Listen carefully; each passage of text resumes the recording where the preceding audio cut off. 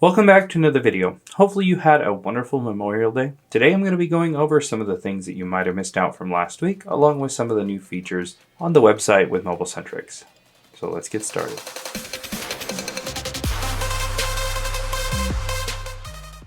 Now first and foremost, we are now accepting Apple Pay MobileSentrix. You will see that Apple Pay will be one of the options at checkout. If you're familiar with Apple Pay, it'll be very clear how to use it. Otherwise, take some time to look through this and you'll be able to figure it out. We've lowered our prices on the pre-owned Galaxy Watch devices, such as the Galaxy Watch Ultra, the Galaxy Watch 7, and the Galaxy Watch 4. We're also introducing the TBK 958N laser machine, perfect solution for those backlash repairs, and also a lot of other things like etching and engraving. Definitely one of those devices where if you see the need for backlash repair but haven't yet gotten into it, it's one of those repairs that is labor intensive but is highly profitable and rewarding. Last Tuesday I covered a video by the channel VCC Board Repairs where he went over an iPad 10 that was having kind of a boot loop issue where the Apple logo would flash. We went over how he was able to diagnose and fix it. On Wednesday I went over a 13 Pro Max.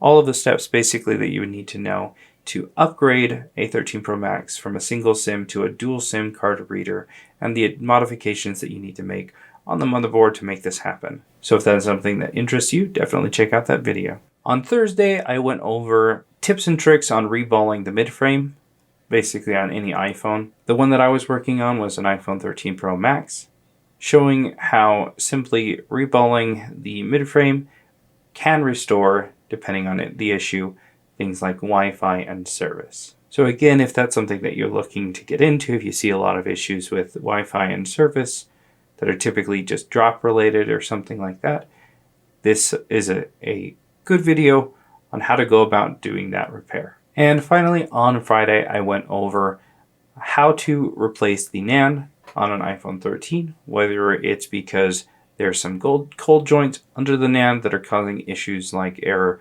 4013, or you're trying to upgrade memory from a lower gigabyte to a higher gigabyte memory.